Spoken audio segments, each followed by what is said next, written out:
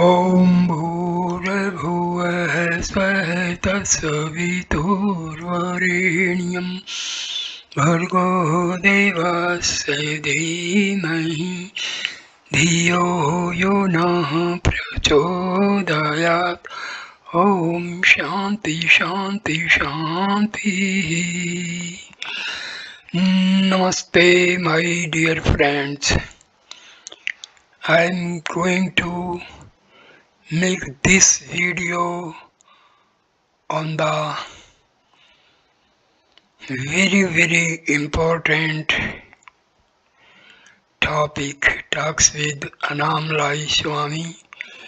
Dialogues with Annamalai Swami, a self-realized expert on self-enquiry who was a direct disciple of Ramana Maharshi. So on the demand of many of my friends, I am making this video.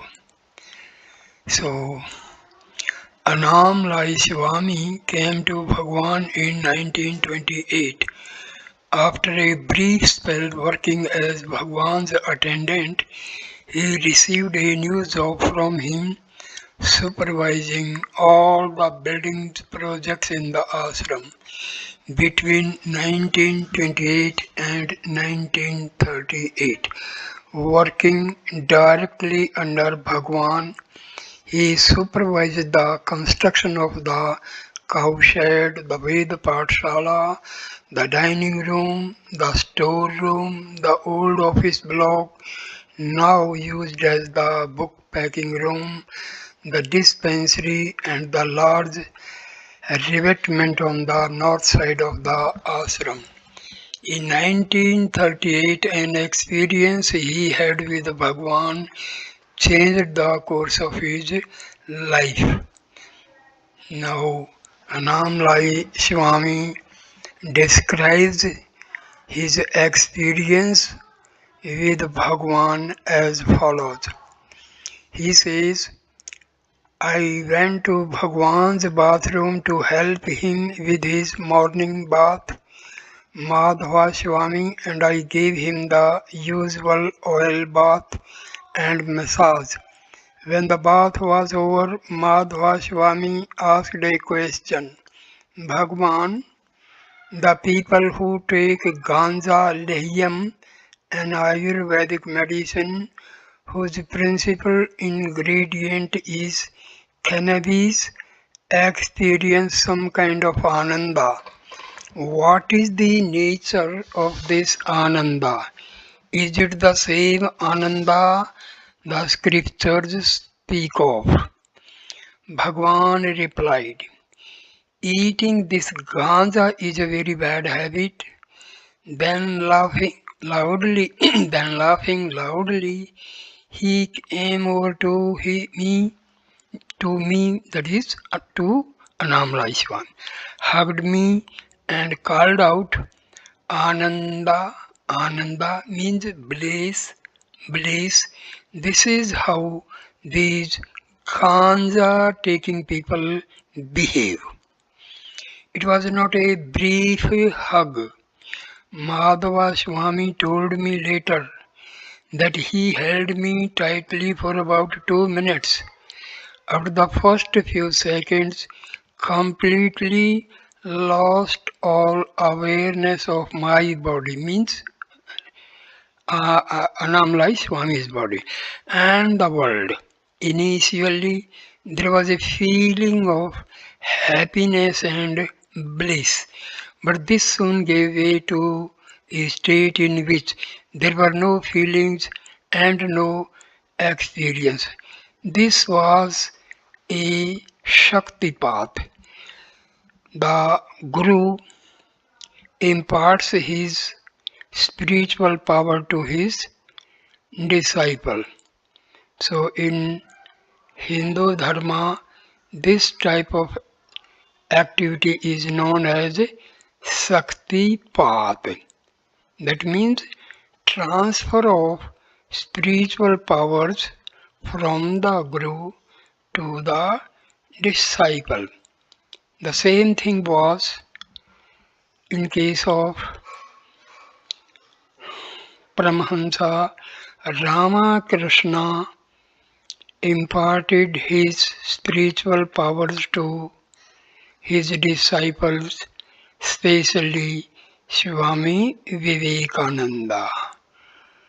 So, Paramahamsa Ramakrishna imparted his spiritual power to Swami Vivekananda and others of his disciples through Shaktipat.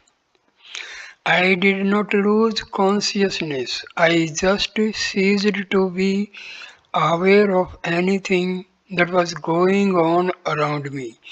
I remained in this state for about 15 minutes. When I recovered my usual world consciousness, I was standing alone in the bathroom.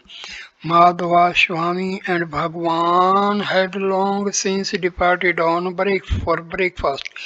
I had not seen them open the door and leave, nor had I heard the breakfast bell. This experience completely changed my life. As soon as I recovered normal consciousness, I knew that my working life at Sri Ramanashramam had come to an end. I knew that henceforth I would be living outside the ashram and spending most of my time in meditation. So this was nothing but Shaktipat, through which Bhagwan Sri Ramana Maharshi imparted his spiritual power to Annamalai Swami. In 1942, following a request from Bhagwan, he came back to the ashram and did one more major construction job, the construction of a dispensary. Though he was not a full-time ashram worker after 1938, he continued to help with minor ashram works whenever Bhagwan asked him to. So Annamalai Swami was a very close disciple of Bhagwan Sri Ramana Maharshi. He was having he received special grace from Ramana Bhagwan.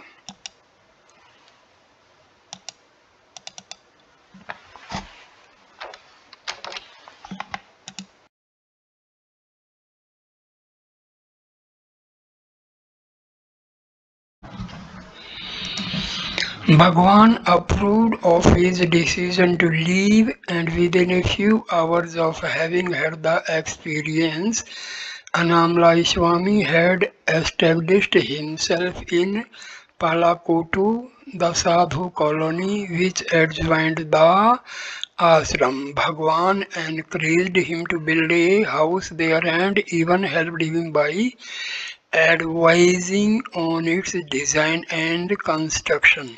Annamalai Swami has lived there ever since. In fact, he has not left Annamalai even for a single day since 1938. Bhagwan told him to lead a quiet, reclusive life and to meditate continuously on the self. Taking this to be his Guru's Upadesa, he spent the succeeding years trying to stabilizing in the experience of the self, a brief glimpse of which had been given him by Bhagwan during their encounter in the bathroom. After many years of arduous and unremitting effort, he says that he was able to stabilize himself in self-awareness to such an extent that the experience is now continuous and effortless. In the last few years, many devotees have started to visit him seeking spiritual guidance. Though he does not encourage visitors, he is help permitting, always willing to see people who want to talk about Bhagwan's teaching or the practice of meditation. The following exchanges recorded in 1987 are typical of the many that have taken place in his ashram in the last few years. Now the talks. Question: what is the easiest way to be free of the little self? This little self is, another name is I thought.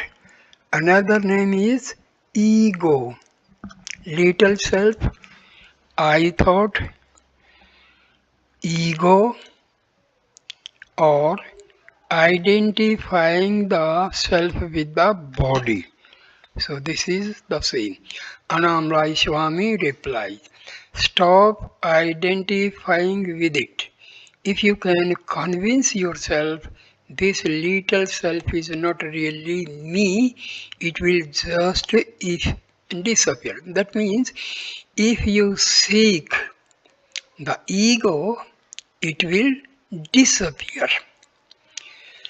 When you direct ego or I thought or your mind towards the spiritual heart, this mind or ego, it is purified and it submerges with the self. That means the mind purifies when it is moving towards the self or inwardly. When the mind is going outwardly, it is having negative energy and worldly thoughts.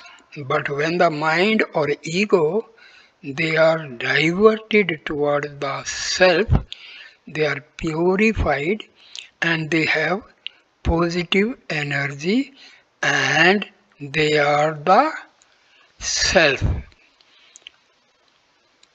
So this photo is residents and visitors at Sri Ramana Ashram in the 1930s. Annamalai Swami is at far left with crossed arms. Good. Question: but how to do this? Annamalai Swami replies,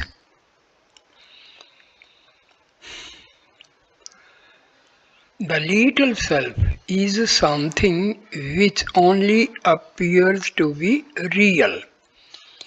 So this ego takes the form of the Atma.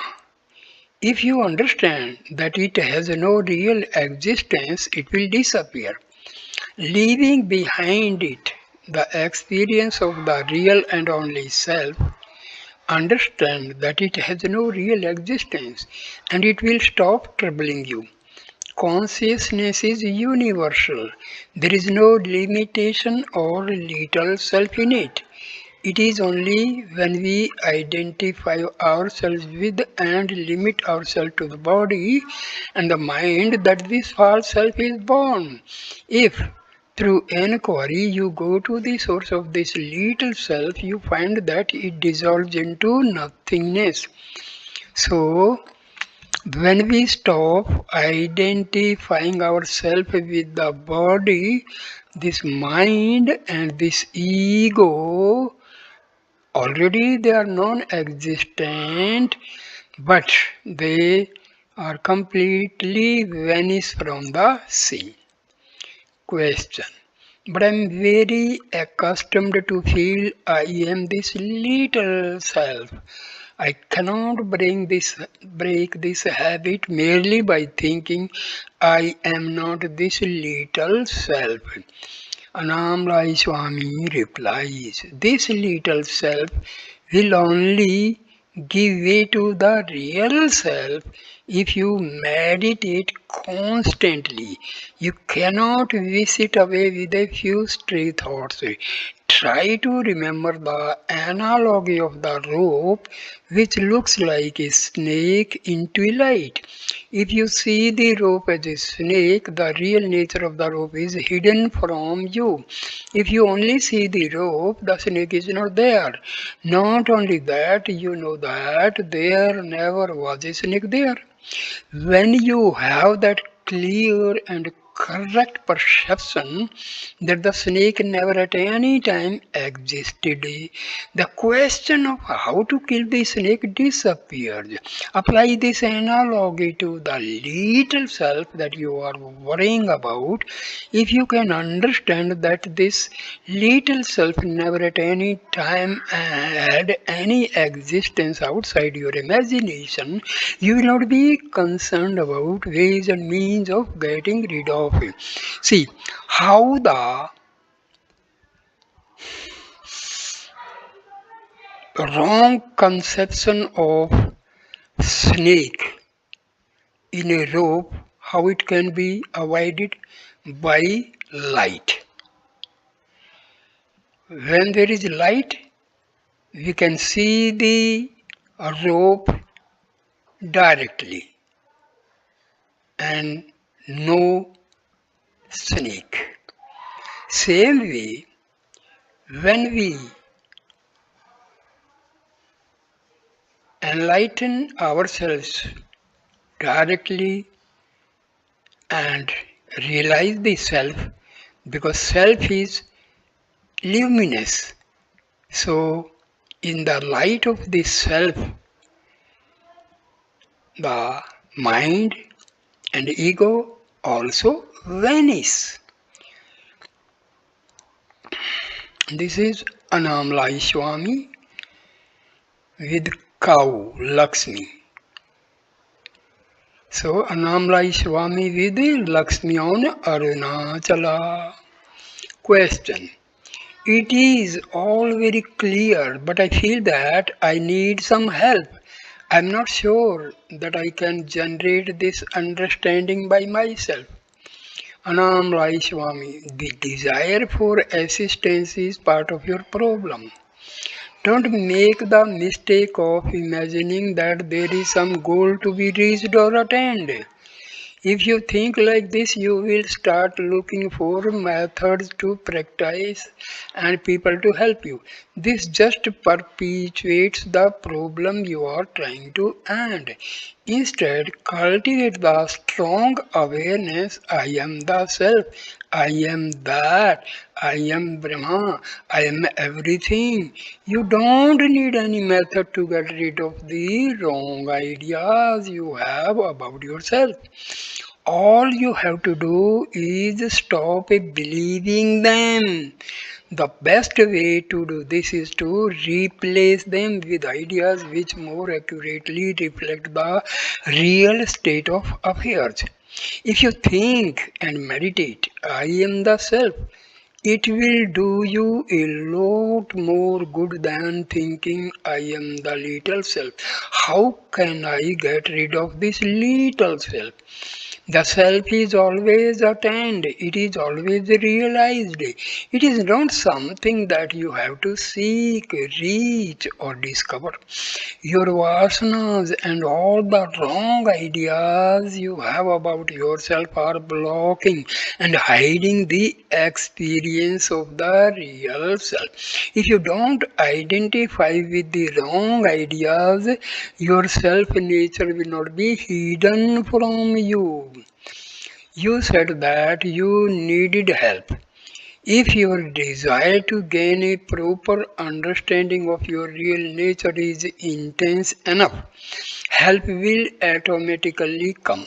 If you want to generate an awareness of your real nature, you will be immeasurably helped by having contact with a jnani. The power and grace which a jnani radiates quietens the mind and automatically eliminates the wrong wrong ideas you have about yourself. You can make progress by having satsang of a realized guru and by constant spiritual practice. But the guru cannot do everything for you. If you want to give up the limiting habits of many lifetimes, you must practice constantly. Most people take the appearance of the snake in the rope to be reality. Acting on their misperceptions, they think up many different ways of killing the snake. But they can never succeed in getting rid of the snake until they first give up the idea that there really is a snake there. People who want to kill or control the mind have the same problem. They imagine that there is a mind which needs to be controlled and then take drastic steps to beat it into submission. If instead they generate the understanding that there is no such thing as mind, all their problems would come to an end. You must generate the conviction I am the all pervasive consciousness in which all bodies and minds in the world are appearing and disappearing. I am the consciousness which remains unchanged and unaffected by these appearances and disappearances. Stabilize yourself in that conviction. That is all you need to do. Bhagwan sometimes told a story about a man who wanted to bury his shadow in a pit. He dug the pit and stood in such a position that his shadow was on the bottom of it. The man then tried to bury it by covering it with earth. Each time he threw some soil in the hole, the shadow appeared on top of it. Of course, he never succeeded in bringing the shadow. Many people behave like this when they meditate. They take the mind to be real, try to fight it and kill it, and always fail. These fights against the mind are all mental activities which strengthen the mind instead of weakening it. If you want to get rid of the mind, all you have to do is understand that it is not me. Cultivate the awareness I am the immanent consciousness. When that understanding becomes firm, the non existent mind will not trouble you.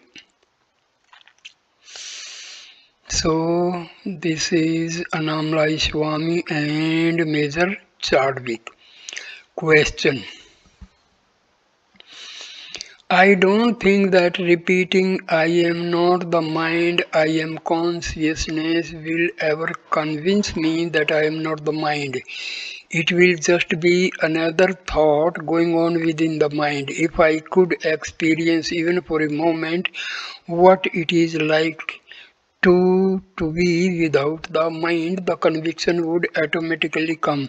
I think that 1 second of experiencing consciousness as it really is would be more convincing than several years of mental repetitions. Annamalai Swami. Every time you go to sleep, you have the experience of being without a mind. You cannot deny that you exist while you are asleep, and you cannot deny that your mind is not functioning while you are in dreamless sleep. This daily experience should convince you that it is possible to continue your existence without a mind. Of course, you do not have the experience of full consciousness while you are asleep, but if you think about what happens during this state, you should come to understand that your existence, the continuity of your being, is in no way dependent on your mind or identification with it. When the mind reappears every morning, you instantly jump to the conclusion this is the real me. If you reflect on this preposition for some time, you will see how absurd it is. If what you really are only exists when the mind is present, you have to accept that you did not exist while you were asleep. No one will accept such an absurd conclusion. If you analyze your alternating states, you will discover that it is your direct experience that you exist whether you are awake or asleep.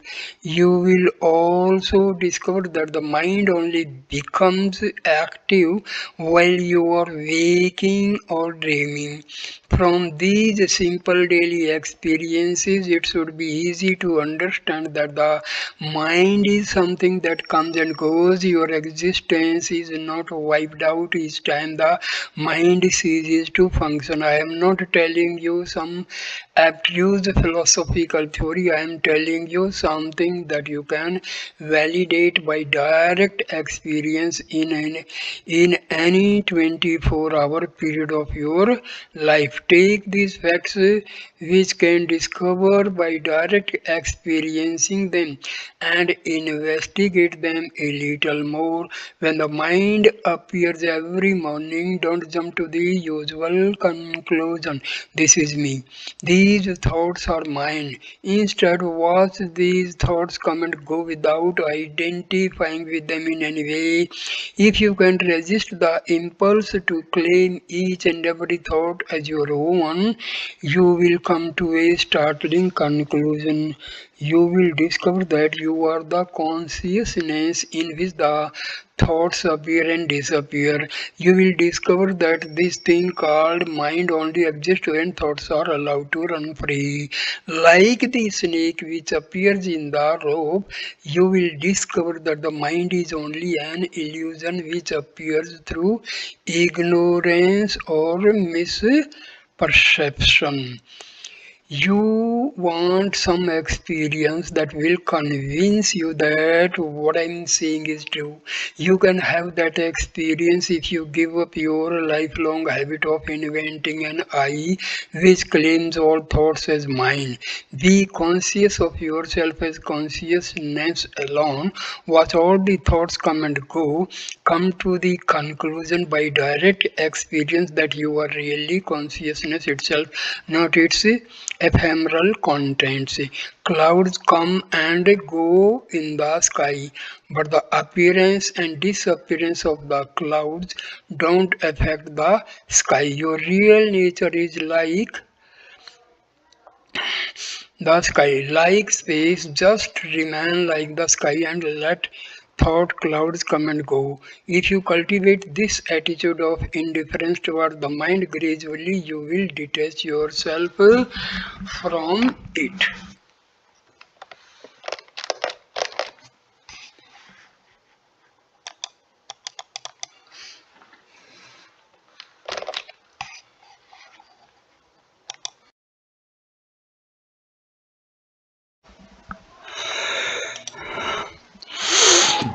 Question. Bhagwan said that repeating I am the self is an aid to enquiry, but it does not constitute the enquiry itself. Annamalai Swami. The meditation, I am not the body or the mind, I am the immanent self, is a great aid for as long as one is not able to do self-inquiry properly or constantly. Bhagwan said, keeping the mind in the heart is self-inquiry. If you cannot do this by asking who am I or by taking the I thought back to its source, then meditation on the awareness I am the all-pervasive self is a great aid. Bhagwan often said that we should read and study the Ribhu Gita regularly. In the Ribhu Gita, it is said that Bhavana, I am not the body, I am not the mind, I am Dharma, I am everything is to be repeated again and again until this becomes the natural state. Bhagwan sat with us every day while we chanted extract from the Ribhu Gita, which affirmed the reality of the self. It is true that he said that these repetitions are only an aid to self-inquiry, but they are a very powerful aid. By practicing this way, the mind becomes more and more attuned with the reality. When the mind has become purified by this practice, it is easier to take it back to its source and keep it there. When one is able to abide in the self directly, one doesn't need it like this. But if this is not possible, these practices can definitely help one. Annamalai Swami in his room. Question: what is the correct way to pursue self-inquiry? Annamalai Swami replies, Bhagwan has said when thoughts arise, stop them from developing by inquiring to whom is this thought coming.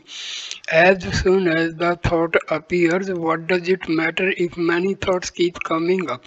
Inquire into their origin or find out who has the thoughts, and sooner or later the flow of thoughts will stop. This is how self-inquiry should be practiced. When Bhagwan spoke like this, he sometimes used the analogy of a besieged fort. If one systematically closes off all entrances to such a fort and then picks off the occupants one by one as they try to come out, sooner or later the fort will be empty.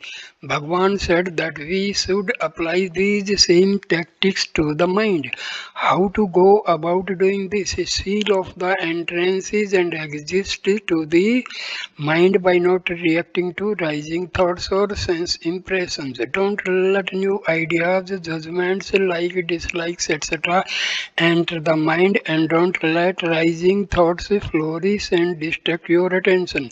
When you have sealed off the mind in this way, challenge each emerging thought as it appears by asking, where have you come from, or who is the person who is having this thought? If you can do this continuously with full attention, new thoughts will appear momentarily and then disappear. If you can maintain the siege for long enough, a time will come when no more thoughts arise, or if they do, they will only be fleeting, undistracting images on the periphery of consciousness. In that thought free state, you will begin to experience yourself as consciousness, not as mind or body. However, if you relax your vigilance even for a few seconds and allow new thoughts to escape and develop unchallenged, the siege will be lifted and the mind will regain some or all of its former strength. In a real fort, the occupants need a continuous supply of food and water to hold out during a siege. When the supplies run out, the occupants must surrender or die. In the fort of the mind, the occupants, which are thoughts, need a thinker to pay attention to them and indulge in them. If the thinker withholds his attention from rising thoughts or challenges, then before they have a chance to develop, the thoughts will all die of starvation. You must challenge them by repeatedly asking, who am I? Who is this person who is having these thoughts? If the challenge is to be effective, you must make it before the rising thought has had a chance to develop into a stream of thoughts. Mind is only a collection of thoughts and the thinker who thinks them. The thinker is the I thought, the primal thought, which rises from the self before all others and say, I am this body. When you have eradicated all thoughts except for the thinker himself by ceaseless inquiry or by refusing to give them any attention, the I thought sinks into the heart and surrenders, leaving behind it only an awareness of consciousness. This surrender will only take place when the I thought has ceased to identify with the rising thoughts. While there are still stray thoughts which attract you or evade your attention, the I thought will always be directing its attention outwards rather than inwards. The purpose of all self-inquiry is to make the I thought more inwards towards the self. This will happen automatically as soon as you cease to be interested in any of your thoughts. Question. Many people find self-inquiry very difficult. Even most of Bhagwan's devotees seem to follow a bhakti path. If one cannot do inquiry successfully, should one first purify the mind with the japa? Annamalai Swami, no. If you have some interest in the path of self-inquiry, you should follow it even if you feel that you are not very good at it. If you want to do self-inquiry effectively and properly, you should stick to that method alone. Other methods may be good in their own right, but they are not good as preparations for self-inquiry. If you are serious about becoming a good violin player, you take lessons from a good teacher and practice as much as you can. If you encounter some difficulties, you don't switch to Nada Savaram, a type of clarinet, or a few months. You stay with your chosen instrument and you keep practicing until you get it right. The best preparation for self-inquiry is self-inquiry. Question. Going back to your advice to think I am the self, we are accustomed to make distinctions between things. You say meditate that you are the self. If I try to generate this feeling I am the self, it will not be real thing. It will just be another idea in the mind. Can thinking about this idea really help me? Annamalai Swami, when I say meditate on the self, I am asking you to be the self, not to think about it. Be aware of what remains when thoughts stop. Be aware of the consciousness that is the origin of all your thoughts. Be that consciousness. Feel that is what you really are. If you do this, you are meditating on the self. But if you cannot stabilize in that consciousness because your vasanas are too strong and too active, it is beneficial to hold on to the thought I am the self. If you meditate in this way, you are not cooperating with your vasanas, the ones that are blocking your self-awareness. If you don't cooperate with your vasanas, sooner or later they are bound to leave you. Question. When I read the Ramana literature, Bhagwan often appears to be very strict and stern. Was Bhagwan as kind to you as you have been to us? Namlai Swami, different people elicited different responses from him. In my case, he was always kind and considerate, but you should not judge Bhagwan by his behavior. If he got angry with people or ignored them, it was always for their own good. He was transmitting grace through his anger as well as through his kindness. Question. Bhagwan's body has gone now. I know intellectually that he is the self and that he is everywhere, but I still sometimes wish that I could have had the good fortune of sitting in his physical presence. I know that the body is ultimately not important, but I would feel so happy and secure if I knew that I could go and talk or just sit with Bhagwan every time I had a problem. Annamalai Swami, everything you see is Bhagwan's body, the guiding presence that you desire is shining through all these forms and animating them. Don't be attached to Bhagwan's form or body. The real Bhagwan is beyond form and beyond death. Though water flows through the mouth of a stone tiger statue, everyone knows that it is not coming from the tiger.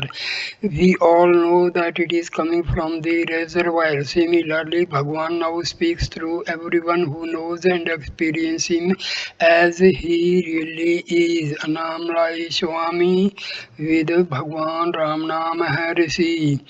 Question. You often say that satsang is important. Can I have a satsang of Bhagwan even though he is now dead? I am asking this because I once had a very powerful experience of his presence while I was in Switzerland. At that time, Bhagwan had been dead for many years.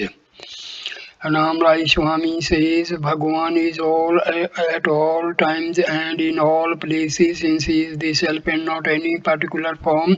It is of little importance that the body which we took to be Bhagavan is now dead. Radio waves can be received anywhere if you tune yourself to Bhagavan's frequency, which means abiding in the self. You can be aware of him broadcasting his grace wherever you are. There is never any separation from Bhagavan. Every atom in the material universe is Bhagavan. Every act which happens in the world is done by Bhagavan alone. Every being, every form is Bhagavan's form. When you are clearly attuned to Bhagavan, you will experience clarity and clearly attuned to Bhagavan, you will experience clarity and peace. You will receive guidance wherever you are.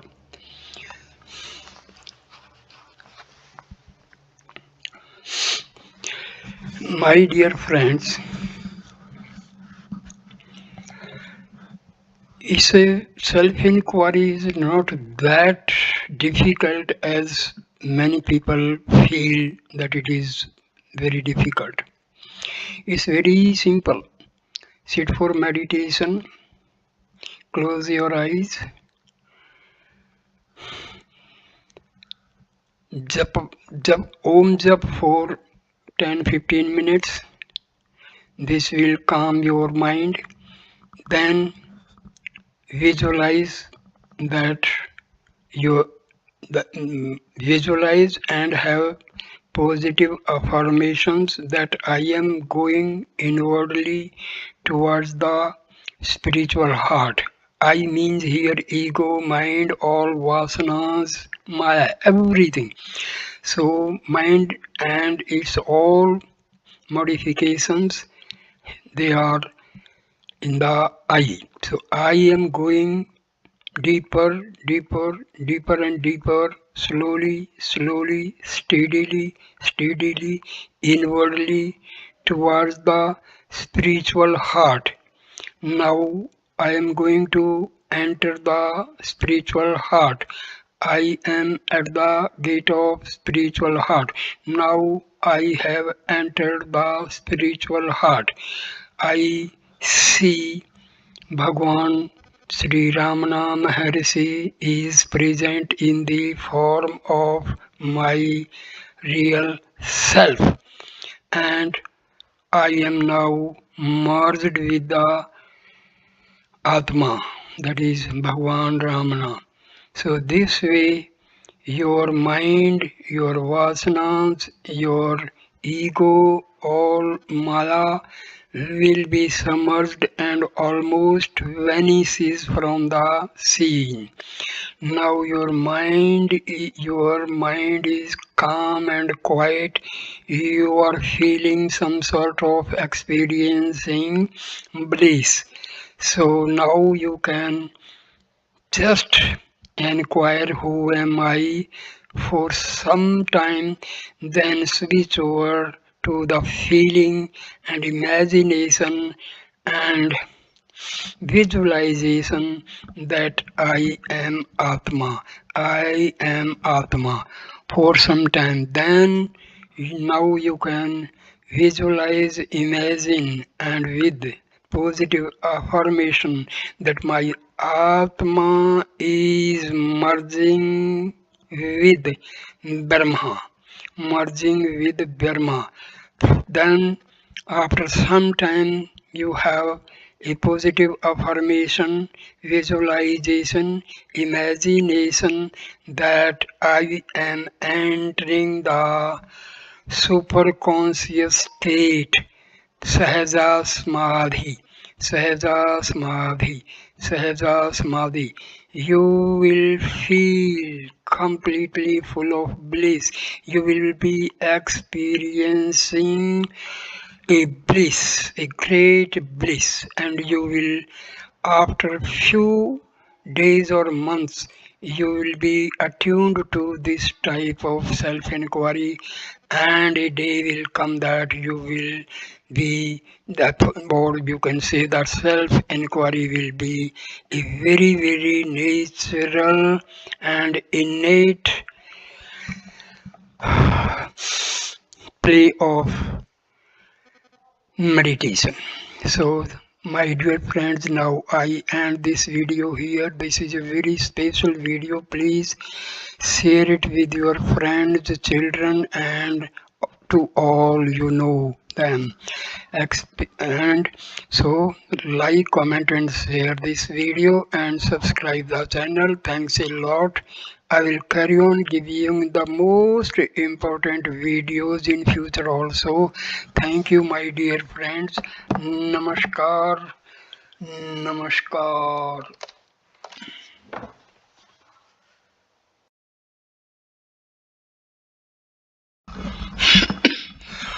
Om Bhurabhuvah Svah Tatsavitursvarenyam Bhargo Devasya Dhimahi Dhiyo Yo Nah Prachodayat. Om Shanti Shanti Shanti. Namaste my dear friends. I'm going to make this video on the very important topic, talks with Annamalai Swami. Dialogues with Annamalai Swami, a self-realized expert on self-inquiry who was a direct disciple of Ramana Maharishi. So on the demand of many of my friends, I am making this video. So Annamalai Swami came to Bhagwan in 1928. After a brief spell working as Bhagwan's attendant, he received a new job from him, supervising all the building projects in the ashram. Between 1928 and 1938, working directly under Bhagwan, he supervised the construction of the cowshed, the Veda Pathshala, the dining room, the storeroom, the old office block, now used as the book packing room, the dispensary, and the large revetment on the north side of the ashram. In 1938, an experience he had with Bhagwan changed the course of his life. Now, Annamalai Swami describes his experience with Bhagwan as follows.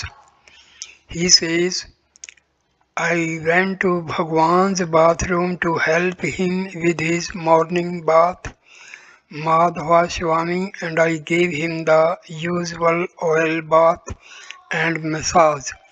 When the bath was over, Madhva Swami asked a question.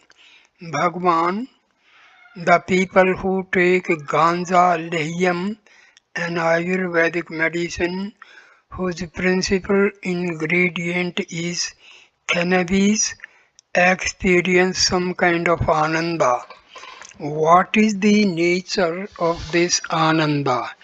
Is it the same ananda the scriptures speak of? Bhagwan replied, eating this ganja is a very bad habit. Then laughing loudly, he came over to me, that is to Annamalai Swami, hugged me and called out, Ananda. Ananda means bliss, bliss. This is how these ganja taking people behave. It was not a brief hug. Madhava Swami told me later that he held me tightly for about 2 minutes. After the first few seconds, completely lost all awareness of my body. Means Annamalai Swami's body and the world. Initially, there was a feeling of happiness and bliss, but this soon gave way to a state in which there were no feelings and no experience.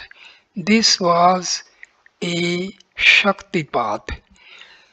The Guru imparts his spiritual power to his disciple. So in Hindu Dharma, this type of activity is known as Shakti path. That means transfer of spiritual powers from the Guru to the disciple. The same thing was in case of Paramahansa Ramakrishna imparted his spiritual powers to his disciples, especially Swami Vivekananda.